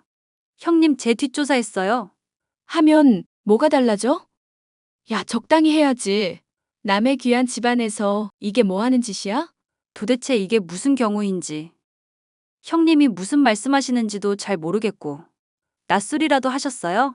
아니, 나 술 한 잔도 안 했고 정말 지극히 정상이거든? 말이 많아지는 거 보니까 사실이네. 이왕 이렇게 된 거 도련님이랑 어머님한테 다 말씀드려야겠다. 말하기만 해봐요. 내가 가만 안 둘 거야. 남의 가정 파탄 내고도 네가 잘 살 수 있을 것 같아? 어쭈, 이젠 반말까지 하네? 그러게 동서가 감당할 수 있는 일을 했어야지. 집에 있는 아이들을 위해서라도. 안 그래? 형님, 아니 야. 너 내가 그런다고 쫄 것 같아? 그래 말해봐. 어디 한번 말해보라고. 내가 못할 줄 알고? 그게 소원이라면 말해줄게. 저는 그 길로 시동생 남편 시어머니를 한자리에 불러 모아 흥신소 직원에게 받은 서류를 내밀었습니다. 처음에 이게 뭔가 하고 보던 시선들이 점점 싸늘하게 식어가더군요. 정말 제가 까발릴 줄은 몰랐는지 연락해서 온갖 쌍욕을 하면서 발악을 해대는데 가관이더라고요. 서방님은 아무 말 없이 얼굴이 시뻘개지더니 그대로 자리를 박차고 나갔고 연락을 끊어버렸습니다. 이윽고 며칠 뒤 시동생이 저를 찾아왔는데 욕이라도 할 줄 알았더니 고맙다고 인사를 하더라고요. 동서는 이혼소송 당했고 상간녀 소송까지 당해 위자료 한 푼 못 받고 쫓겨나고 말았습니다. 첫째 아이만 시동생이 키우기로 했으나 멀쩡한 사람 미혼부 만들기 싫어서 큰 결심을 했어요. 저희 부부가 아이도 없고 시어머니는 나이도 많으셔서 저희가 아이를 돌보기로 한 겁니다. 시동생은 생각 정리도 할 겸 돈 벌러 간다며 외국으로 떠나더라고요. 형님, 아니 이 못돼 처먹은 년아. 남의 인생 조져놓고 너는 잘 먹고 잘 살겠다고. 그렇게는 못하지. 이봐요. 이미 다 끝난 사이인데 이제 와서 무슨 소용이지? 콩밥 안 먹은 걸 다행으로 알아. 뭐? 아니 이 미친년이. 야, 네가 그렇게 잘났어? 애도 못 낳는 여자가 어딜 감히. 너는 나랑 비교할 건덕지가 못 돼. 이봐 동서. 지금 앞뒤 분간 못하는 건 동서야. 여기가 어딘 줄 알고 깝쳐? 진짜 호되게 당해서 야산에 묻혀볼래? 나 원래 험하게 말하는 사람 아니거든? 그래, 어디 한번 해봐. 너는 내가 찢어 죽일 거야. 기대하고 있을게. 근데 아마 우리 근처에도 얼씬도 못할 거야. 접근 금지도 신청했고 통신 제한도 걸었거든. 둘이 결혼하면서 혼전 계약서 썼다며. 내용이 뭔지 궁금하진 않지만 중요한 건 이미 너는 진 게임이라고. 알겠니? 야, 이게 도대체 어떻게 된 일이야? 형님, 아예 작정하고 그랬구나. 그걸 이제 알았어? 내가 버릇없는 너 참교육시킨다고 지금까지 개고생한 거 생각하면 아주 치가 떨리거든? 내가 뭘 그렇게 잘못했는데. 왜 나한테만 그래? 봐봐. 동서 지금 상황에서도 자기만 생각하네. 왜 애들은 안 찾아? 궁금하지도 않다 이거야? 역시 내가 잘못 본 게 아니었어. 어차피 우리 인연은 여기서 끝이니까 서로 연락하지 말고 지내자. 그럼 차단할게. 야, 야. 그렇게 동서와의 인연은 마무리되었습니다. 그 이후에도 법을 어기고 연락을 해오거나 찾아오기도 했습니다. 누가 보면 아이라도 보러 오는 줄 알았지만 정말 순전히 돈 때문이었어요. 그도 그럴 것이 우연히 예전에 시아버지가 사놓은 작은 땅이 있는데 그 지역이 재개발되면서 40억 정도의 보상금을 받게 된 겁니다. 이 소식을 어떻게 알았는지 동서는 매일같이 저희 집에 찾아와 잘못했다고 용서를 빌더라고요. 저도 독하지만 시댁 식구들은 가차없이 동서를 나몰라라 했습니다. 시동생은 자신이 해외에 있어 마땅한 해결책이 되어줄 순 없지만 도움이 되는 건 무엇이든 해주기로 했고요. 시동생 첫째 아이는 저희 부부가 사랑으로 잘 키워주고 있답니다. 다른 조카들도 눈에 아른아른거리고 상황이 정말 아찔하지만 괜찮아져야 하는 게 당연한 거겠죠? 그렇게 생각하고 이젠 저희만을 위해서 살 겁니다. 그리고 몇 년 동안 생기지 않던 아기 천사가 저희에게도 찾아와 주었지 뭐예요? 아직 출산하려면 시간이 조금 남았지만 저는 열심히 태교하고 관리하고 있습니다. 누구처럼 자식 나몰라라 하면서 이득 챙기기 바쁜 그런 엄마는 안 되려고요. 시어머니도 계시고 친정 부모님도 계시니까 아이한테 최선을 다할 겁니다. 제 구구절절한 사연은 여기까지예요. 곧 출산이 임박해오는 시기라 그 일이 벌써 1년 정도 지난 셈이네요. 지금 제 뱃속에는 깜찍하고 귀여운 여자아이들이 곤히 잠들어 있답니다. 아이들을 출산하면 정말 정신없을 거라 생각해요. 그럼 저는 더더욱 바빠지고 정신도 못 차리고 그러겠죠? 아무쪼록 제 사연 많이 들어주셔서 감사했습니다. 많은 공감이 되셨다면 응원의 댓글 부탁드릴게요.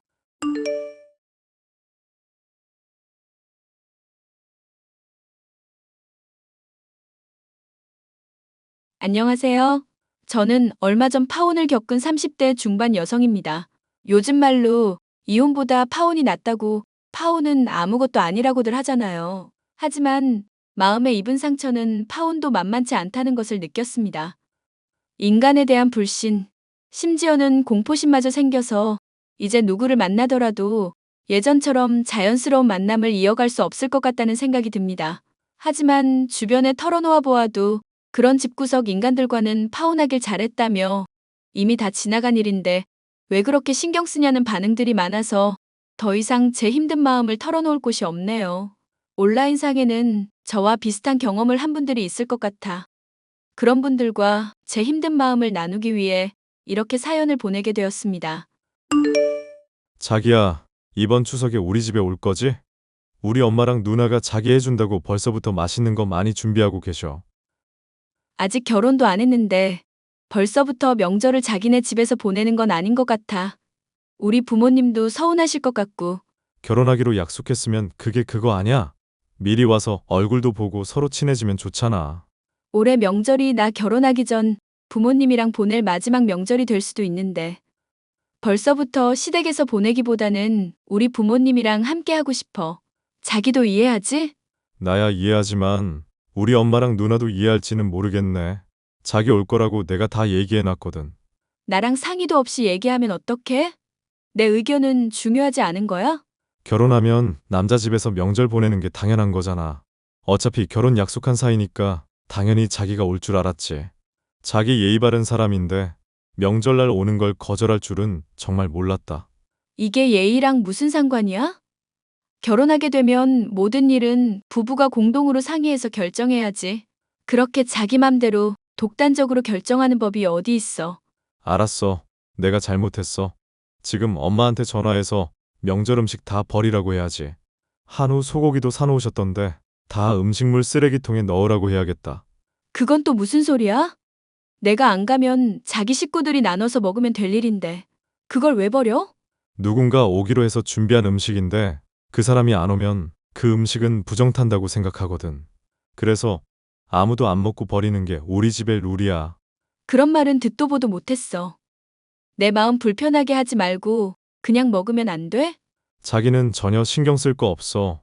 엄마가 알아서 해결하면 되는 거니까.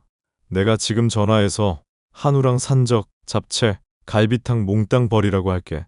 하나라도 남아있으면 부정타서 다음에까지 재수가 없어. 알았어, 갈게. 가면 되잖아. 아싸, 그럼 추석 전날에 와서 하룻밤 자고 다음날 차례 지내고 저녁까지 먹고 가면 되겠다. 사랑해, 자기야. 남자친구와 저는 작년에 자전거 동호회에서 처음 만났습니다. 당시 저는 34살, 남자친구는 26살이었죠.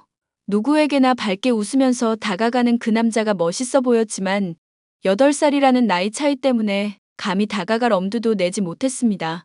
그런데 어느 날부터 그 남자가 저에게만 따뜻한 캔커피를 건네기 시작했고 그렇게 서서히 사랑이 싹트기 시작했습니다. 남자친구는 조금 어리광을 부리는 듯한 면이 있기도 했지만 그런 면까지 귀여워 보였어요. 자기야, 나 이제 집에 도착했어. 씻고 쉴게. 푹 쉬어. 오늘 자기가 와줘서 우리 엄마랑 누나랑 엄청 좋아하시더라. 근데 그 음식들을 전부 어머님이 만드신 거 맞아? 보통 솜씨로 만들 수 있는 음식들이 아니던데. 인터넷에서만 보던 모형 음식들 보는 기분이었어. 전부 우리 엄마 솜씨 맞지? 우리 본가 인테리어도 대단하지 않아? 나 그렇게 넓은 집은 처음 가봤어. 인테리어도 너무 고급지고 약간 기죽을 정도더라. 자기네 그렇게 부자였어? 내가 그동안 자기한테 말을 안 해서 그랬지. 사실 우리 부모님이 좀 사시거든. 자기 나랑 결혼하면 고생할 일 전혀 없어. 난 그런 말 듣는 거 불안하더라. 세상에 공짜가 어디 있어. 어머님이 우리 결혼 허락하셨을 때는 나한테 뭔가 바라시는 점이 있으실 거 아냐. 나랑 자기랑 나이 차이도 많이 나는데 말야. 우리 엄마는 내가 사랑하는 여자면 다 오케이랬어. 내가 자기 보자마자 첫눈에 반했다고 했잖아. 나이, 재력을 다 떠나서 내가 사랑하는 여자는 자기뿐이야. 작년에 저희 둘이 만나기 시작했을 때 제 마음은 몹시 불안했어요.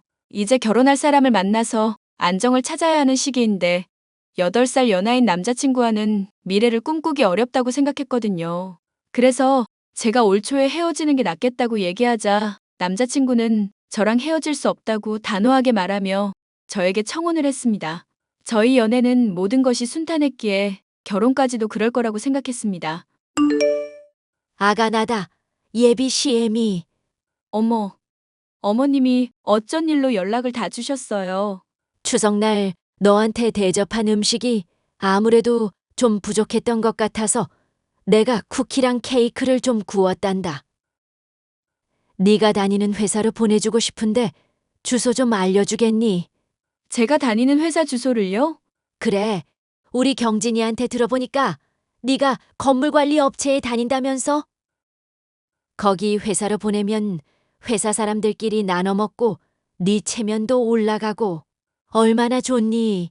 그래도 회사로 받기는 좀 어려워서요. 차라리 제 집으로 보내주시면 안 될까요? 너희 집으로 이 많은 걸 보내 네가 어떻게 또 옮기려고 해? 처음부터 회사로 보내는 게 낫지. 나한테 회사를 알려주기가 그렇게 어렵니? 아니요. 그런 게 아니라 너무 갑작스러워서요. 저한테 미리 말씀이라도 주셨으면 좋았을 텐데. 알았다. 내가 어제부터 준비해서 만든 건데 네가 필요 없다면 다 버려야지. 어쩌겠니? 내가 너무 내 생각만 했던 것 같구나. 나 신경 쓰지 말고 일하렴. 어머님, 그걸 다 버리신다고요? 너 먹으라고 준비한 음식들인데 네가 필요 없다면 음식물 쓰레기통에 들어가야지.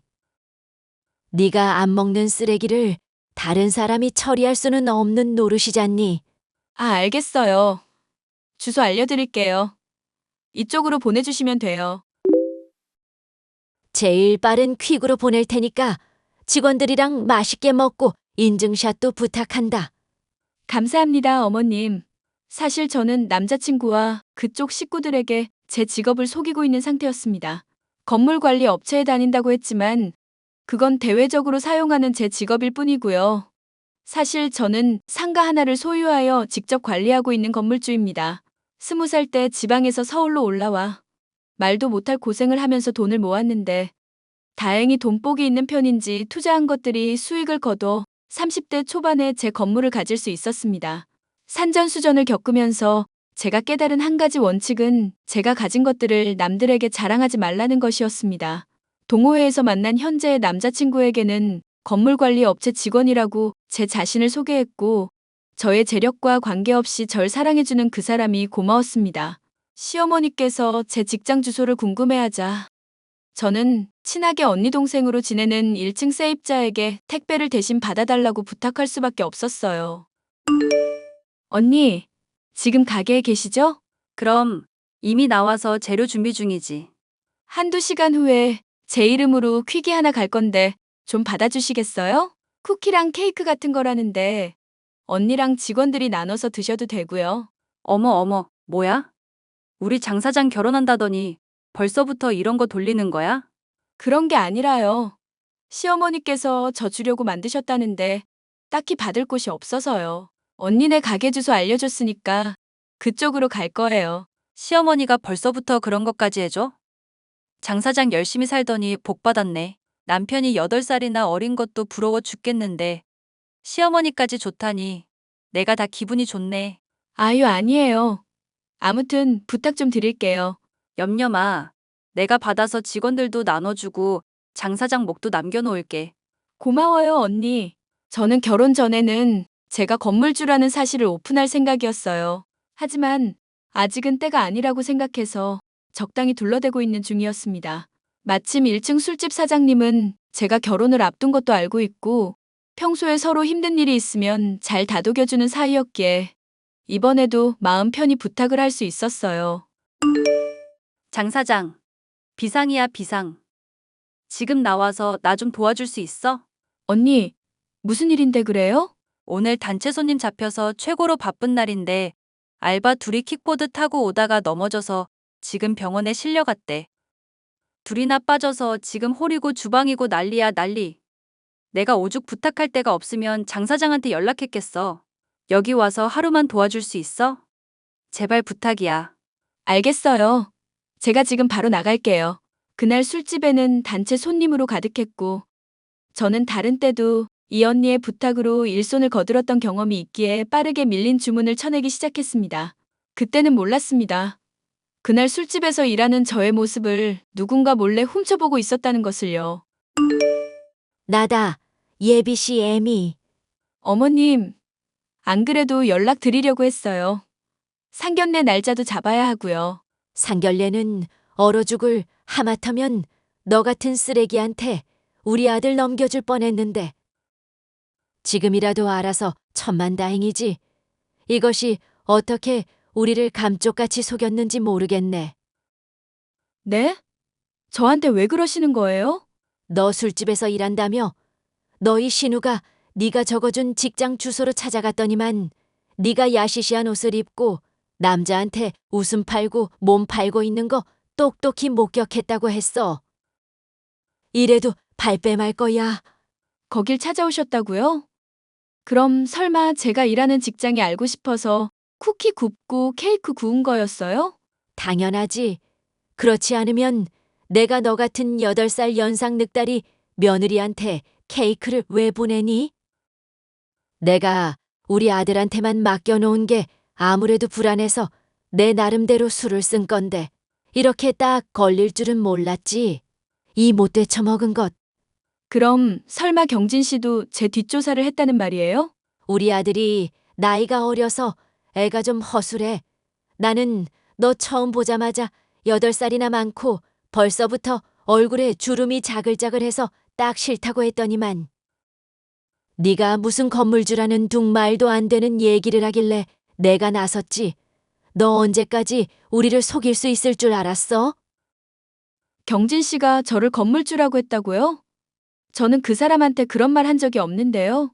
경진이 말이 자전거 동호회에서 너 건물주인 거 모르는 사람이 없다더라. 네가 전화 받을 때마다 월세가 어쩌고 세입자가 어쩌고 하는 거 안 들은 회원이 없다는데. 아예 네 맞박에다가 나 건물주라고 써놓고 다니지 그랬냐? 확성기에 대고 건물주라고 동네방네 떠들지 그랬냐고. 저런 머저리 하수한테 우리 아들이 넘어갔다니 내가 쪽팔려서 고개를 들 수가 없네.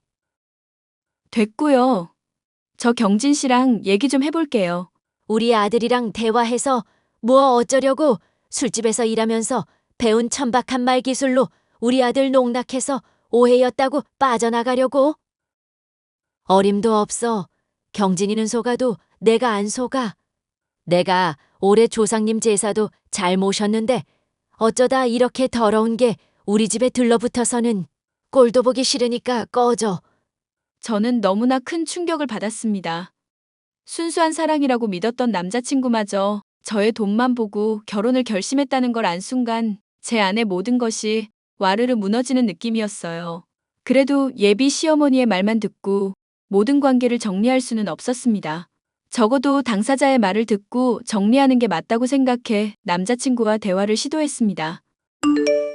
경진 씨, 어머님 말이 사실이야? 자기가 나 건물주라고 알고 만났다는 거. 뇌가 있으면 생각을 좀 해. 네가 건물주가 아니면 나 같은 젊은이가 너를 왜 만나?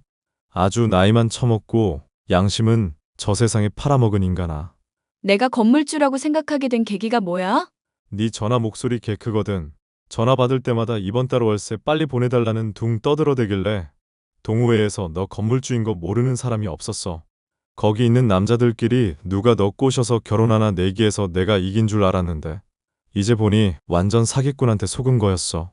나 이제 쪽팔려서 그 사람들 어떻게 만나? 나를 두고 그런 내기까지 했다고? 니네들이 사람이냐? 너도 우리 같은 젊은 남자 꼬시고 싶어서 거기 들어와서 건물주 행세한 거잖아. 건물주 행세라도 안 하면 아무도 너 안 만나주니까. 내 말이 틀려? 너 만난다고 허비한 내 시간과 돈이 아깝다. 야, 다 필요 없고 내 계좌번호로 돈이나 보내. 내가 너한테 빌린 돈도 없는데 돈을 왜 줘야 해? 내가 너 건물주라고 해서 우리 엄마가 돈 얼마나 썼는지 알아? 네가 먼저 사기쳐서 이렇게 된 거니까 손해배상은 해줘야 할 거 아냐. 명절 음식 사온 값이랑 아파트 단기 임대비, 케이크 사온 값 다 정리해서 알려줄 거니까 오늘 안에 입금해. 그 모형 같았던 명절 음식이랑 케이크 다 사온 게 맞았네. 근데 아파트 임대비? 설마 너희 엄마가 산다는 그 아파트도 진짜가 아니었어? 내가 그렇게 돈이 많으면 너 같은 노땅을 왜 만나냐? 건물주 기둥서방 되는 줄 알고 힘 좀 줬더니만 돈은 돈대로 쓰고 나만 쪽팔리게 됐어. 너는 그럼 처음부터 끝까지 나한테 진심인 적이 단 한 번도 없었다는 거네? 눈이 있으면 거울을 보세요. 어느 정신 나간 놈이 너같이 나이 많은 아줌마랑 결혼을 해? 나는 비위가 강해서 돈만 보고 해보려고 했는데 돈도 없는 술집 아줌마인 거 알았으니 이제 완전 빠이빠이야. 그래도 내 계좌로 돈은 꼭 보내라. 응? 남자친구마저도 예비 시어머니와 똑같은 인간이라는 걸 확인한 순간 저는 더 이상 숨길 게 없다고 판단했습니다. 다들 모이셨네요. 야, 너 빨리 돈 보내. 구차하게 질질 끌지 말고 돈 정산하고 끝내자니까. 왜 약속을 안 지켜? 너랑 톡하고 나서 내 핸드폰까지 오염되는 느낌이라 소금이랑 팥 뿌렸는데 징글징글한 것이 또 연락을 해대네. 이젠 아주 굿이라도 해야 저것이 떨어지려나 보네. 물귀신보다 지독한 것. 우리 아들한테 푹 빠져서 아주 정신이 돌아버린 게 분명해. 뭐라는 거야, 미친 아줌마가. 술집 다니더니 제 말하는 것 좀 봐. 저런 천박한 게 우리 아들한테 꼬리를 쳤다니. 술집에 다니는 게 아니고 술집 건물이 내 거일 뿐인데? 뭐라고? 건물주 기둥서방 거의 다 됐는데 다 된 밥에 재 빠뜨려서 어떡하나. 우리 누나가 그날 술집 가서 네가 일하는 거 다 봤다고 했어. 거기 사장님한테 저 여자 누구냐고 했더니 일하는 알바라고 했다던데. 그럼 그게 다 뻥이었어? 그날 사정이 있어서 내가 가서 도와준 것뿐이야. 그리고 모르는 사람이 물어보면 당연히 일하는 사람이라고 하지. 우리 상가 건물주인데 저랑 친해서 오늘 일 도와주러 왔어요. 이러겠냐? 아가, 그럼 그 건물이 네 소유가 맞다는 거야. 우리가 진즉에 알았으면 너한테 더 잘해줬을 텐데. 그걸 왜 이제 말하니? 우리 사이에 참 섭섭하다. 자기야, 이거 다 몰래카메라였어. 자기와 나의 사랑을 시험하는 깜짝 몰카. 재밌지? 건물주 며느리 보겠다고 남의 아파트까지 빌려서 사기치는 인간들아. 그 정도 정성이면 열심히 일해서 건물주가 되겠다. 자나깨나 남 등쳐먹을 생각만 하니까 오던 복도 달아나는 거야. 내가 했던 말 다 사과할게. 누가 봐도 오해할 만한 상황이었잖니. 따지고 보면 먼저 솔직하게 말을 안 하나가 네 잘못도 있고 말이야. 맞아. 자기가 처음부터 나한테 솔직하게 얘기해줬으면 이렇게 오해할 일도 없었잖아. 그래도 이제부터라도 우리 사랑이 더 단단해질 거야. 원래 비 온 뒤에 땅이 더 굳는 법이라잖아. 너 같은 사기꾼은 언젠가 일간신문 사회면에서 볼까 무섭다. 이대로 내 인생에서 조용히 아웃해주라. 그게 내 마지막 부탁이야. 그렇게 저는 저에 대한 모든 것을 밝히고 시원하게 파혼을 선언했습니다. 그 모자가 저희 건물 앞을 서성거린다는 제보를 받고 한동안은 제 건물에도 맘대로 드나들지 못했습니다. 그러다 한동안 잠잠하길래 뒷조사를 좀 해봤더니 가관이었습니다.